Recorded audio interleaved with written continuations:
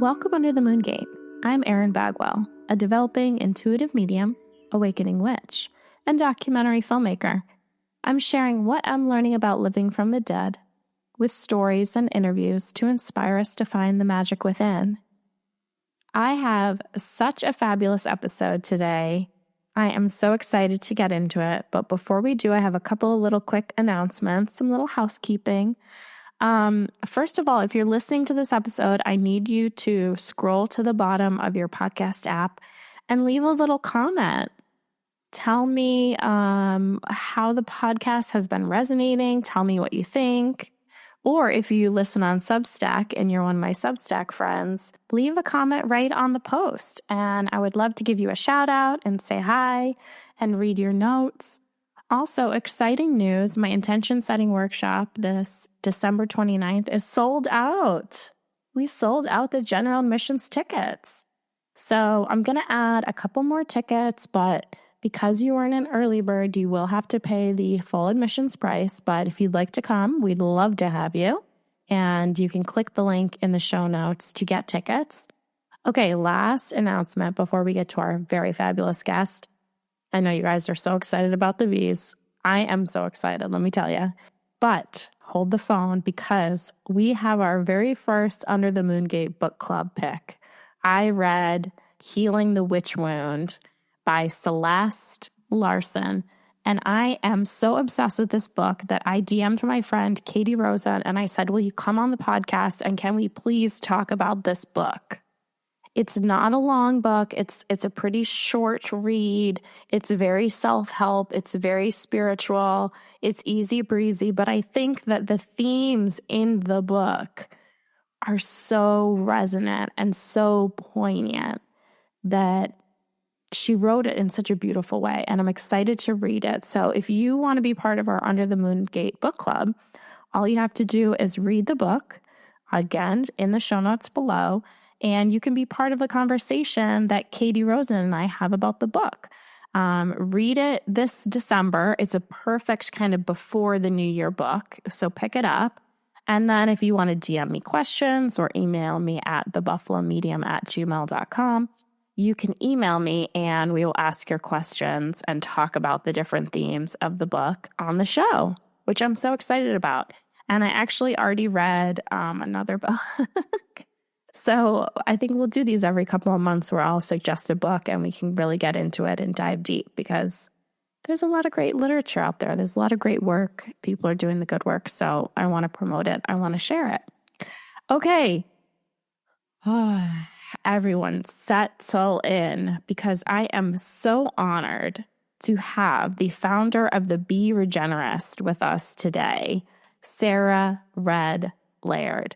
Now, Sarah is a beekeeper. She's an artist. She's an expert. She's a founder. She is so knowledgeable about bees. And you're going to think like, Erin, what does bees have to do with spirituality? Like, what are we doing here? Like, how is it all going to connect together? But when I tell you that bees are the goddesses' connectors, and when you hear about their divine relationship with the heavens and the superstitions, and even the way the honeybee hive is set up, the frequencies, I could go on and on, but I'm not going to because this episode is amazing. And I'm so excited for you to hear and learn from Sarah. So let's just get to it.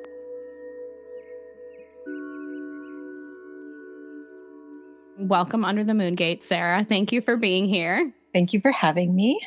I'm so excited to talk to you about the bees because I've been having, I think because of the end of spring, I live in Buffalo, New York, so the climate gets quite cold during the winter. You know, we're known for our snow. And I have this huge patch of marigolds that's in front of my house, and they really don't bloom until late spring. And they're one of my favorite flower. We actually planted it for my mother-in-law who passed and who helped us buy the house as kind of like this offering. And I've noticed that the bees love the marigold. I get all kinds of different bees. And my girls always say hi to the bees. And they become such a beautiful part of our late spring family, I would say. But then as the weather turned, I got so many bees that were coming to the marigolds to pass and to die. And it Mm, was so heartbreaking. And there was one bee in particular that was this giant fuzzy bumblebee. And mm-hmm, she kind of landed in the middle of the garden, which I thought was very strange. Like usually they'll, pick a flower or pick a leaf to kind of cluster into. But this honeybee was just like out and about. And I was kind of nervous for her.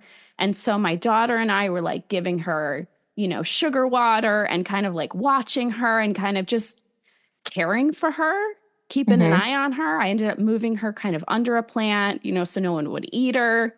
Um, but anyway, then bees have kind of been coming into my life in this strange way after this experience. So, um, I'm so curious, how did you get involved with bees? How did the bee regenerative happen? How did it all spark for you?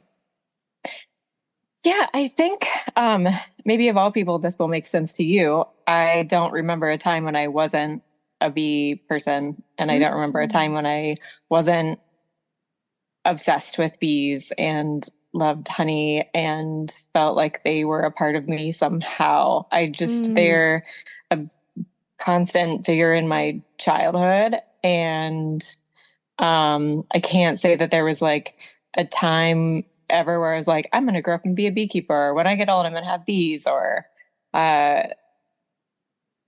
even just kind of my love of flowers and the outdoors. I can't really put Mm. my thumb on that either. It's just kind of always been who I am. Yeah. And I have one um kind of one standout experience when I was about 3 or 4, I think around 3, because of the house that we were living in at the time. Um, and I had a squirt gun. It was my favorite thing in the whole world. And Mm-hmm. I would just like incessantly squirt everything with my squirt gun, including my mom. And my favorite was to like get her in the ear, make her so It mad. sounds like a 3-year-old to me. And so I squirted a honeybee on a Mm. dandelion in my backyard, and she couldn't fly. And I felt horrible. Like I've always been very hypersensitive and empathetic, and I like couldn't believe what I'd done. And so I picked her up to try and blow her off, Mm. dry her off so she could fly. And she stung me, of course. Oh, yeah, And yeah. I just remember I didn't cry. I was just in so much shock and awe.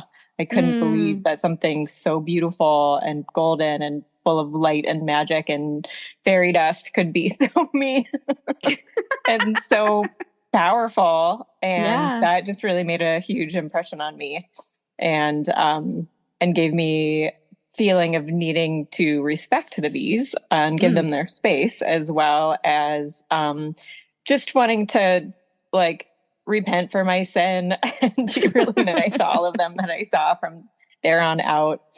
And yeah, and then also I have an aunt that lived on a commune, and they all had like some sort of creature that they tended. And somebody, like one of her boyfriends or something, kept bees on the commune. I think it was maybe even on her property. So I remember kind of just like hanging around and watching the beekeeper do their thing. And they would tear off chunks of like fresh hot honey in July and give it to the Mm. kids. And that was also a really visceral memory. And so just these really kind of powerful, bright spots in my memory, which led to officially my career got started when I was going to school to finish up my bachelor's degree. And I was trying to decide between 3 different colleges that had really strong conservation programs. And one of them had beekeeping as a work study position. And I was Mm. like, oh my God, obviously that's where I'm going. And I'm Yeah, getting that position. So, and that was in 2008. And the rest is history. I've been working full time in bees since the second I graduated college in that's wild. 2010. So what does your day-to-day look like? Like how does it, are you tell us like about what the day in the life looks like? Yeah, I every day is so incredibly different. because so Bee Regenerative is a nonprofit, and we do bee focused research, education, and art. And so depending upon the season and depending upon what's on my plate and yeah, what's needed, it's very different. I'm the co-director. I'm the founder and co-director. And I have co-director Janelle, who's in charge of operations, and I'm in charge of research and education design. And I also do the art side of it. And so, and then we have bees, and I'm a beekeeper, and we produce honey. But that's not my full-time job. I don't like keep massive quantities of hives and move them around to the different orchards for pollination. And we have a small amount of honey that we primarily just sell through holiday markets and through our like farm markets and little boutique stores here in Southern Oregon and Ashland. So beekeeping and spending time with my honeybees doesn't take up a whole lot of my time. I was just out there on Sunday checking on everybody and saying hello and letting them know what I was up to. It's very important to tell the bees what you're doing. Why is it important to tell the bees what you're up to? Yeah, there's a old like a folklore, folktale. It's believed that bees have a direct connection to heaven or the heavens. Okay. And so they bring messages back and forth. And so anytime something significant happens in your life, they want to know what's happening with you. And so to tell them and to let them know so they can bring it upward. I love that. So that's a practice that you keep? Yeah. And then if there's messages that need to come back down, then they'll tell you. So amazing. Yeah. It's been a really big year, and there's been a lot of stuff happening in my life. And so I've had a lot of conversations with the bees. It's winter, so they're not going anywhere, but hopefully they'll just hold it. They'll hold on to it until spring. I saw on a TikTok somewhere that the vibration of the bees is like some kind of healing frequency. Oh, absolutely. Yeah. There are, I think it's Yugoslavia and maybe more places than that, but I think that this is where this was kind of, in modern times where this was developed, is these houses. They're like little tiny, even smaller than a tiny house with honeybee hives. And then but the top of the honeybee hives have a screen on them. And then there's like a cot put over the top of the screen. And then people go inside this little house and they just lay there to get bee therapy. Wow. And so the smells and the sound of the buzz, and then also the frequency of the buzz, is supposed to be super therapeutic. And people absolutely swear by it. There's the American Apitherapy Society is a really cool organization to check out if you're interested in the medicinal products of the honeybee hive and the honeybees themselves. It's like a science-backed medical organization that there's there's acupuncturists and chiropractors, but also doctors that just absolutely swear by the healing power of bee venom and honey and all sorts of stuff that we can harvest from the hive. So yeah, I mean, I have very clear memories of 2020, 2021 of just opening up the lid of a beehive and sticking my face on top of the bees and just like breathing in heavily and hanging there for a while. I love that. Was not handling life. Yeah, you just needed to breathe them in. Now, when you stick your head in a hive like that, do the bees know you so they're not stinging you? Like my big fear is like, are you gonna get stung? What's your relationship to getting stung? I like to think that they know me, and the data, there's really clear data that points to they can very clearly recognize shapes and colors. Right. They're super hypersensitive to energy. So if you're nervous, they're like, why are you nervous? What are you planning on doing to us? And one of my first bee mentors, his his kind of his name about the community is the Bee Whisperer. And I would go out fully suited up and he would go out in jeans. That's it. Just jeans. Yeah. He was a bodybuilder and like really into just wearing jeans. And then he would say, like, you have to keep yourself calm because if you're not calm, you're going to rile up the bees. And if the bees get riled, I get stung. And if I get stung, it's your fault. And so that was like, it was very Mr. Miyagi. Yeah. But it works. And he never was mad at me for him getting stung, but I didn't want him to get stung because I didn't want a bee to die and I didn't want him to be hurt. And so I just kind of had to like learn how to, and my background before getting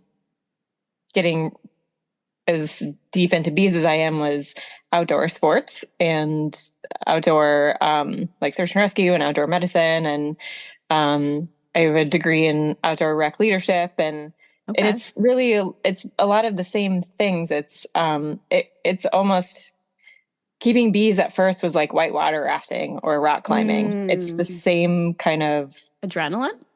Yeah, it's like an adrenaline mixed with this energy of risk, and you have to keep yourself calm and together so you don't get hurt and you don't hurt anybody else. And so it's like this really, I have ADHD, and so that's why I was so incredibly drawn to the outdoors and adventure sports. And beekeeping kind of does the same thing for me, where it gives me this opportunity to have to be hyper present in order to be safe and hyper focused. And there's this kind of belief in the beekeeping world called bee time, and how when you're in a beehive, time melts away and disappears and time does not exist because you're so focused and so in the present, and you're having this dance and this relationship with the bees, and you're also just enveloped in the buzzing and the smells, and that like time just ceases to exist. And having ADHD, I have a really hard time with time anyways. And so it's kind of just like, it's a good fit. Oh, that's so cool. I love the idea that time doesn't exist within the bees. Do you know anything about Manuka honey? Yeah. Can you tell me about it? I just bought some and I don't know what it is. Sure. Yeah. It's a really bioactive. So it's from the Manuka tree, which is in the tea tree family. Okay. So it's a really hyper medicinal antibacterial tree. So it's not from bees?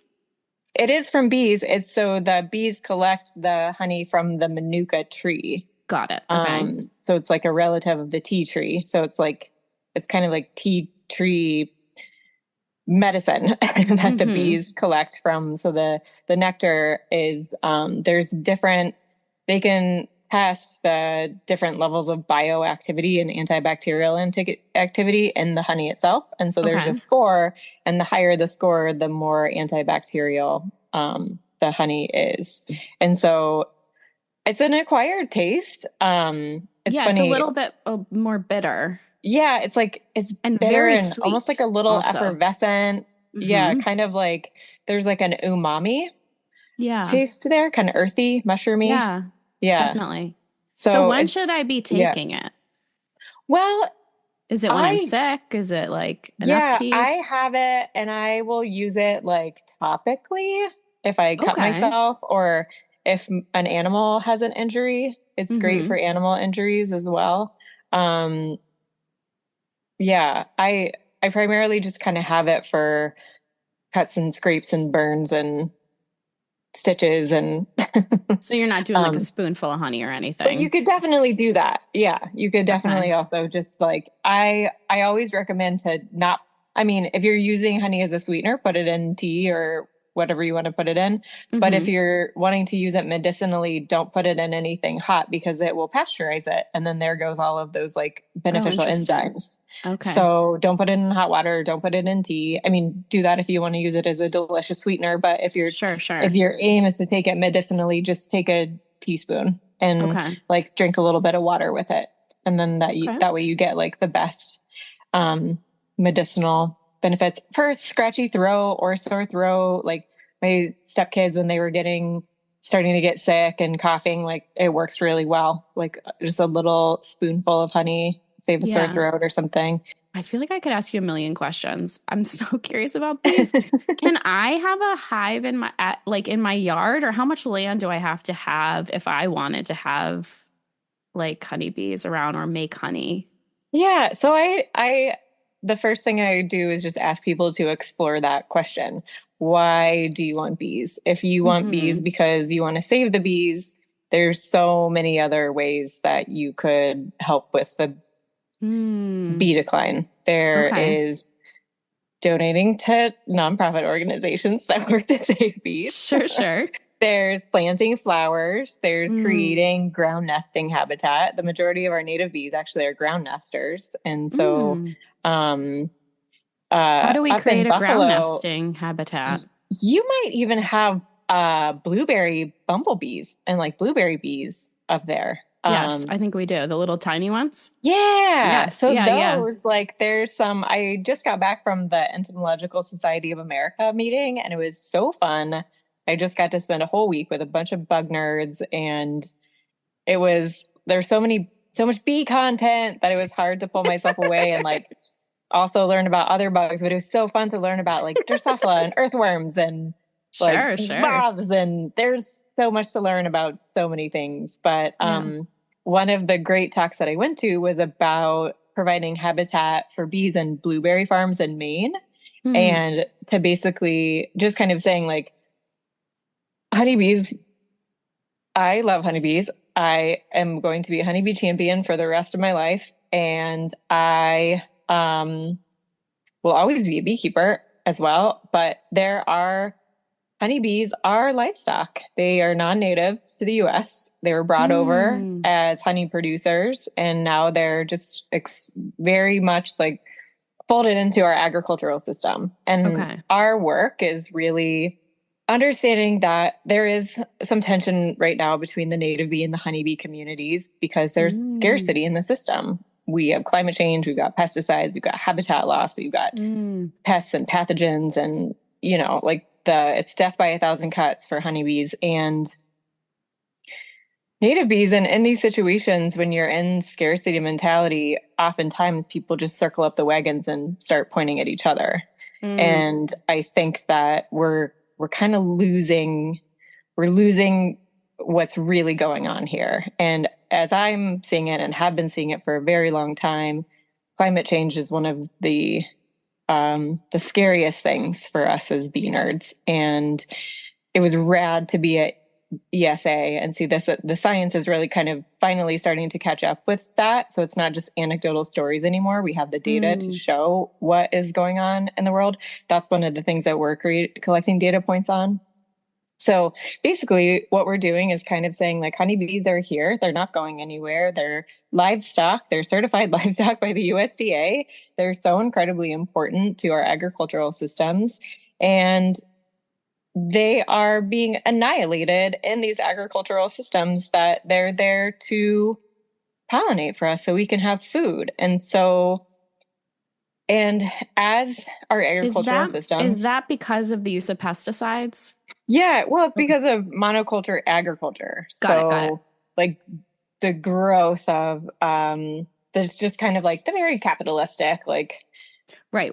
Farms idea aren't of growing growth. like a big And mixture anymore. They're growing one yeah, thing and then the yeah, bees can't survive on whatever the one thing right. is. Is that right? Yeah, Okay. exactly. So it's like in order to farm industrially and be able to use and be as efficient as possible, you just Mm-hmm. plant one thing and you use all of the same chemicals and then you use all the same machinery. And the idea is to kind of replace people with machinery and just do it on this huge, giant industrial level. Nature doesn't work that way. And we still do live in nature, whether we like it or not. Right. And monoculture is really, really unnatural. And so as long as time exists and as long as we're growing things in the out of doors to eat, there's going to be pests and quote unquote pests and quote unquote weeds that are there to break that system down because they're like, no, one thing shouldn't be just growing. We need to have lots of things growing. So the pests get in there to try and break the monoculture down so more diversity can grow. And then the weeds get in there to try and be primary plants that will rebuild the soil and break the system down so we can have more diversity. And so, yeah. And so these areas are just becoming more and more and more and more chemically dense. And bees can't survive in that. Honeybees can't survive in that. Native bees can't survive in that. Coyotes, deer, foxes, birds, nothing. Humans can't survive in that. So our work is just we work primarily with ranchers and with wine grape growers that are very progressive and doing super cool stuff, mostly highly diversified, non-chemical agricultural management, and they're influencers in their communities. And we kind of just slide in there and say like, hey, have you thought about bees? And they're like, well, we love bees, but not really. And so it's just really about these long-term projects where we're building trust and building relationships with these land managers. And while we're at it, out on their landscapes, taking data points to really understand exactly how all the cool, super progressive, regenerative stuff that they're doing out on their lands is affecting bees, and if it's replicable, and what are the barriers of entry to other wine grape growers and ranchers, and how we can influence other people to also be creating these refugia for our bees. And the idea is to really restore these spaces with flowers and create areas where honeybees can live year round. And how awesome would it be if we regenerate these areas so the soil is so healthy and the flowers are so prevalent that native bees can come on and thrive and coexist with honeybees. And so that's our work. And you got excited before about the blueberry bee. Oh, yeah. Backyard honeybees can be amazing for a lot of different reasons. If the driver is like, I just want to help bees and I want to help the bee population, then get to know your natives and what they need. And if you do have blueberry bees, which are the coolest little bee I just learned about. So people have been bringing honeybees to pollinate blueberry crops for decades and decades. However, like the science is super clear. Honeybees are not great pollinators of blueberry flowers. They're too big, so they nectar rob. They bite the side of the flower and they stick their tongue, their proboscis, in the side of the flower, and they just drink the nectar without actually getting down into the flower and doing a good job pollinating. Oh, so but funny. Then there's these like other bees that have evolved with blueberries, and so their bodies fit perfectly into the little bell shape, the little bell flower of the blueberry. And so it's kind of about, so instead thinking like maybe blueberry farms aren't the best places for honeybees. And so what can we do to restore those landscapes and re-diversify those landscapes so they can support the native bees year round, those blueberry bees and the blueberry bumblebees. I think there's actually bumblebees that are tiny and good at pollinating blueberries as well. And so it's about providing floral resources for them. Yeah. Okay, so your advice would be to like focus on florals, focus on natives, focus on like getting more habitats and more spaces where the natives are feeling great and supported. Yeah. And if you want, I mean, if you feel really, really drawn to honeybees, and if you feel really, really drawn to being a beekeeper, that's awesome. There's a lot of benefits to that too. It connects you with this animal, this colony. It connects you with your natural environment because you start paying really close attention to what's blooming in your neighborhood. And I know so many backyard beekeepers who have lost their hives to pesticide kills. And so they become advocates for lowering chemical use in neighborhoods, which is not good for anybody. Yeah. And so there's, but just the caveat there is, honeybees make headlines every single year for dying. So keeping bees is not easy. Yeah. It's not easy. There's so many things, and it's like taking care of a really complicated flock of chickens. Like they are an animal. They do need care. They have to be fed. You have to medicate them when they're sick. You have to know when they're sick. You have to know what the different brood diseases look like and smell like. And so when I get those Instagram ads that are like, you can make your own honey by putting this thing in your yard, it's like the flow hive. Yeah. So that's not real, probably. That's not really real. I mean, okay, great. Flow hives are great, but it's not like a honey machine that you just install in your backyard Yeah. and then have like little fun bee fairies to That watch. seems Like right. you really do have to be kind of like a bee veterinarian at this point to like, I mean, even I went out to go check on the bees and we lost 2 more hives. And I was like, I did everything for you. I've been keeping bees for 15 years and I Wow. still am losing hives. And so, Yeah. yeah, it's kind of, I used to teach a season-long beekeeping course, and it was great because like 80% of the people that did my course at the end decided that they didn't want to keep bees because they were like, I loved the idea of this, but it's Yeah, actually maybe I'll just hot go and volunteer and sticky like and look I at get them or stung a something. lot. Yeah, It's yeah. like actually not as fun as I thought it was going to be. And but then other ones are like, but other people are like, this is my life's calling. Yeah. So yeah, just kind of involve yourself in the beekeeping community and get to know beekeepers and yeah, volunteer to go help out in a for honey harvest or like for bee tours and see what beekeeping really is before you get into it, like My husband is going to be so happy you said all this because I'm like, we're going to get some bees. And he's like, mhm. absolutely not. You're insane. So Yeah. I mean, it you're, would kind of be like saying like, be a I want to get a horse and I want to do horse jumping. I want to do show jumping and then just getting a yeah. horse and thinking like, I'm just going to do that, Right, like right, right. it takes knowledge and it takes training and it takes, understanding and and some people are just really good at it and some people are really bad at it. And like, I have a feeling you would be very, very good at it because you're kind and empathetic and gentle. And I mean, speaking of if bees can recognize you or get to know you or not. I've been in bee yards before where I've been standing there in a t-shirt and shorts and the bees aren't coming near me. And then their beekeeper is there in a full suit and there's like a swarm of bees around his head trying to murder him. And so I'm like, obviously you like that Oh, person is not gentle with their wow. bees. Wow, wow, wow. That's so So interesting. I yeah. would love to pivot us a little bit to some divine feminine energy.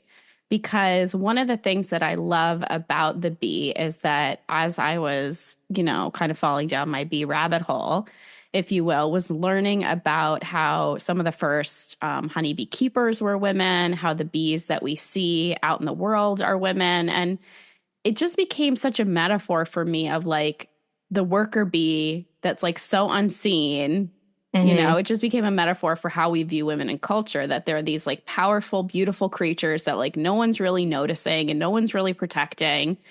And I've also, learned about the dance of the bees, that's how Yeah. they communicate.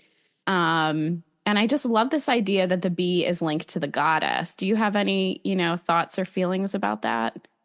Yeah. Oh, it's so ancient and so deep and so fascinating. And if any listeners are interested, and if you're interested in really diving down um, into this aspect of it, I would recommend Eva Crane. Mm, She was a Welsh bee researcher okay. and she came from money. And so she was just kind of your like old school researcher where she just traveled the world looking at bees and learning about bees and Wow. living with the beekeepers, the honey hunters in Nepal that scale up the cliff sides and get all stung up. And Mm, yeah, she has books upon books upon books of, and then another great author is Tammy Horn, okay. who is a absolutely lovely human being. She's a beekeeper in Eastern Kentucky, and she's written, I think, 3 or 4 books, and at least one of them is specifically centered on women and women in beekeeping and women in bees. Mm, So there's definitely people out there that know way more than I do about this topic, but yes. So not even until I think it was the 1800s, maybe even into the early 1900s, did people, quote unquote, discover that the queen bee was a female. It was just assumed that this bee was a male because oh, they were wow. large Mm, and seemed to be in charge of things. Mm-hmm. but it is in fact a female. And depending upon the time of year, often 99.999% of the hive is female. So people also tend to assume that honeybees are male because they're out there working their asses off and doing hard physical labor. And also they're protective and aggressive. Yeah. But they are female. And the male honeybees can't even sting. And their purpose is pretty much only for one thing, and that is to leave the hive and cluster up with some other boys and wait for a queen to fly by and then chase after the queen and mate. And then when they mate, their pee-pee pops off and they fall to the ground and die. Oh, wow, wow, wow. Wowie, wow, wow. Yep. and then it stays in, like their sex organ stays in the female and continues to ejaculate. And the queen bee flies back home, and then her worker bees are there ready to receive her, and they will remove it and give her a little massage and give her a snack and pat her on the booty, and she heads back out. And so the queen bee she emerges. So many queen bees will emerge at the same time in a hive, anywhere from like 5 to 20, and then fight to the death. Most of the time, sometimes two queen bees. I've had hives that have 2 to 3 queen bees living harmoniously and kind of like having their own little corner of the hive. They're sister wives, or sometimes a mother and a daughter. And but yeah, sometimes sister wives. Yeah, so they emerge. They're virgins. They fight to the death. Then there's usually one who is victorious. Wow. And she then will go on her mating flights. So the one honeybee has to fight 20 other honeybees? Yeah.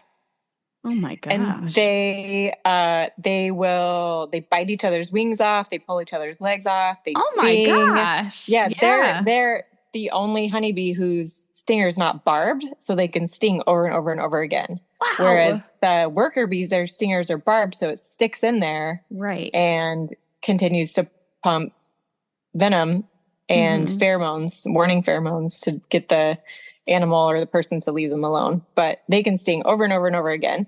They can spray venom out of their butts, which I have been legit sprayed in my eye and my face with venom from a queen bee that was mad at me once. Ooh. Yeah, it was like you could almost see the look on her face while she was doing it. She was so pissed. Oh my gosh. I mean, I knew bees were strong, but that is like some gladiator type energy. Yeah, it's very, I've never watched Game of Thrones, but I feel like maybe this is like Game of Thrones energy. I don't know if somebody could take down 20 of themselves. That's right. That's quite epic. Yeah. Yeah. And she has something like 180 ovaries. And so she goes out and she goes on multiple mating flights to mate with, for the sake of fitness, when we're talking about evolutionary biology and ecology and all those things, diversity equals fitness. So she tries to mate with as many different drones from different families as possible. And when she has this little gland in her abdomen called a spermatheca, and she holds all of the sperm. And then she makes a decision when she's laying an egg as to whether or not she's going to fertilize that egg or not. And a fertilized egg is a female, and an unfertilized egg is a male drone, aka clone of her. Interesting. So what can we do? We have people listening who now we're all friends of the bees. What can we do like within our own homes? I know I love the idea of donating to local nonprofits such as yourself, and getting involved in the bee community. We can buy our local honey. What are other things we can do for our land, perhaps? If we're, suburban landowners, or we have a lot of land, or even if we're in the city, is there something we can do to make the bees have a safer environment? Yes, definitely plant flowers and make cool, weird piles of dirt for your native bees, and just be like tolerant of leaves on the ground and be tolerant of bare spaces in the ground, and keep an eye out for native bee nests and where they live, and don't eradicate. I mean, and there's a different here on the West Coast, we have a huge issue with yellow jacket wasps, which is like a whole different ball game. I don't know if you guys have those out here, but which are not bees, and they give bees a really bad name. They're non-native, like super aggressive wasps that live in the ground and are highly aggressive and defensive of their space. And they also eat bees. I don't have a lot of love for them. Their natural predator, bears and skunks that will dig up their nests and eat them and eat their babies. But ground nesting bees are usually solitary. There's like one of them and a couple babies. And so they're nothing to be afraid of. And there's this great book actually called ground bees the big ones? They're all sizes. They can be like from the size of the tip of your pinky nail all the way up to the size of your thumb. Like you guys have Eastern carpenter bees out there, which are some of the coolest, biggest bees. Yeah. But there's a book called Bees in Your Backyard. Okay. And it is absolutely gorgeously put together. It's almost like a coffee table book. It's so beautiful, but it's also really, really, really educational, and it will give you a really good rundown of the bees in your backyard. So yeah, just kind of self-education of your natives that you have. Like you said, buying local honey. So ensuring that the honey that you have, you're actually supporting real beekeepers and local beekeepers, and you're not buying something off of the international market that was flooded with corn syrup, which is driving down the price of honey and hurting our beekeepers. Yeah, my dad actually works for, he does like some kind of tariff or how it comes through the border, blah, blah, blah. And he's obsessed with local honey because he's like, you don't even know what they put in honey. Like the disgusting things they put in honey. He's like, you wouldn't believe it. He's like, we can only buy locally because it's like not even honey. Oh, he knows. Yeah. It's not even, I don't know if you could even call it corn syrup. It's just kind of like caramel colored chemicals. It's gross. We could do a whole entire show on honey adulteration and what that's done to the American beekeeper. I digress. The most important thing that anybody can do is vote with their fork 3 times a day for a better world for us and for bees by supporting local regenerative agriculture. And that can look like turning your backyard into a garden that you live off of, which is super fun to do with the kidlets. And another great way to see your local bees is plant some food and some flowers and see what comes around. And just, really, really do your best to support local producers that are farming regeneratively and organically. Go to farmers markets. Here at our local farmers markets, it's cheaper to buy food from the farmers market than it is from the grocery store. Even like our big chain grocery stores, it's cheaper to get the food from them because you're buying it directly. So the overhead and the supply chain is so much less. And so really supporting those producers that are working so hard to join a CSA, support your local food co-op, become a member of your local food co-op. It really, really, really, to me, comes down to food and comes down to our food systems and the choices that we make when we eat, because agriculture is one of the leading drivers of climate change. It's one of the leading drivers of chemicals being pumped into our water systems and our food and our soil. But we're so lucky to live in a time and live in a country that good food is available. Yeah, I was going to say, once you kind of start a new habit or start kind of doing something different or find your locals farmers, I mean, it's easier to just kind of keep it going and keep, expanding or keep figuring out new ways and things like that. So I love that. Is there anything before I let you go, because we've chatted for so long and I feel like we could chat for more, that I missed or that you want to share about the bees or share about how we can help you or support you? Yeah, well, it's giving season. So we have a goal to raise $15,000 by the end of the year. Anybody who donates more than $25 gets free stickers. We'll send you some stickers in the mail. Amazing. So helping us with that would be amazing. And then also one of the things that I think is so amazing is this relationship that human beings have had with honeybees and how incredibly ancient it is. And there are cave depictions and cave paintings and fossil records that show that humans have had a working relationship with honeybees for at least 6,000 years. So many ancient cultures and so many modern cultures have just really interesting and beautiful relationships with honeybees. And I think that, and that's really obvious and really prevalent. I do a lot of macro photography of bees, and native bees are so scared and run away. So I always kind of see them as like their wildlife, whereas our honeybees are livestock or farm animals. And they scare so easily. They don't like to be photographed. They don't like me coming up to them. They're really skitsy. Whereas honeybees, like even a wild hive out in the middle of nowhere, like you can get right up to a honeybee and take a picture of her and she'll pose for you. You can pet them. They'll crawl in your finger.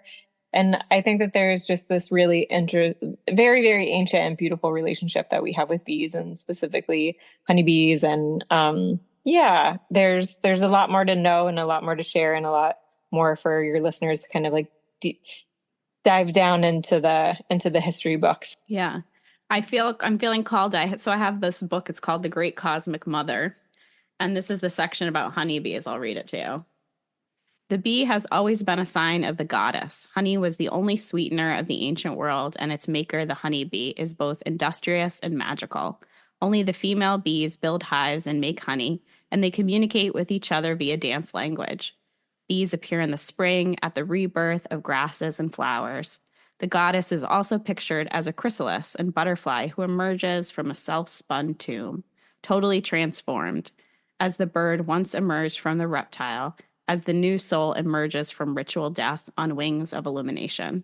So we have a lot of history, as you said, about the bee, about these insects that surround us. And I hope as people are kind of going through their day, they look at them a little different and they make space for them, and they think about their native bees and these little friends that are sharing space with us. I want to thank you so much for coming on the podcast. I learned so much. I'm going to be thinking about those queens battling each other. That was so epic. So Sarah, thank you so much for being here. Thank you for coming. Thank you. Yeah. One thing that I forgot to mention is it's dark in the hive. And so when those queens are trying to fight each other for a battle, they pipe. They make these like musical horn sounds called piping to find each other. And if you're in a bee yard at the right time, you can hear them piping to find each other. It is so medieval and so epic. Oh my God. They're like, where are you so I can murder you? Yeah. Jeez. So I can spray some venom all up in your eyeballs and then bite your wings off. That gave me chills. Yeah. Yeah. Wow. But amazing. Thank you so much for giving me the opportunity to dig down deep into my brain and share some of my favorite fun facts about bees.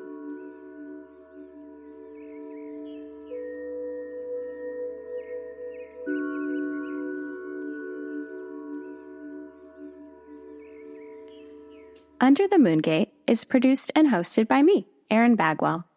And to learn more about my new documentary about the Forgotten Goddess era, the Burning Times, and a modern woman's quest for divinity, visit theresurrectionofthewitch.com. And pass the magic along. Rate, review, subscribe, and share this episode with a friend. Plus, if you want episodes delivered to your inbox, you can join me on Substack as a free subscriber. Okay, thanks so much for listening.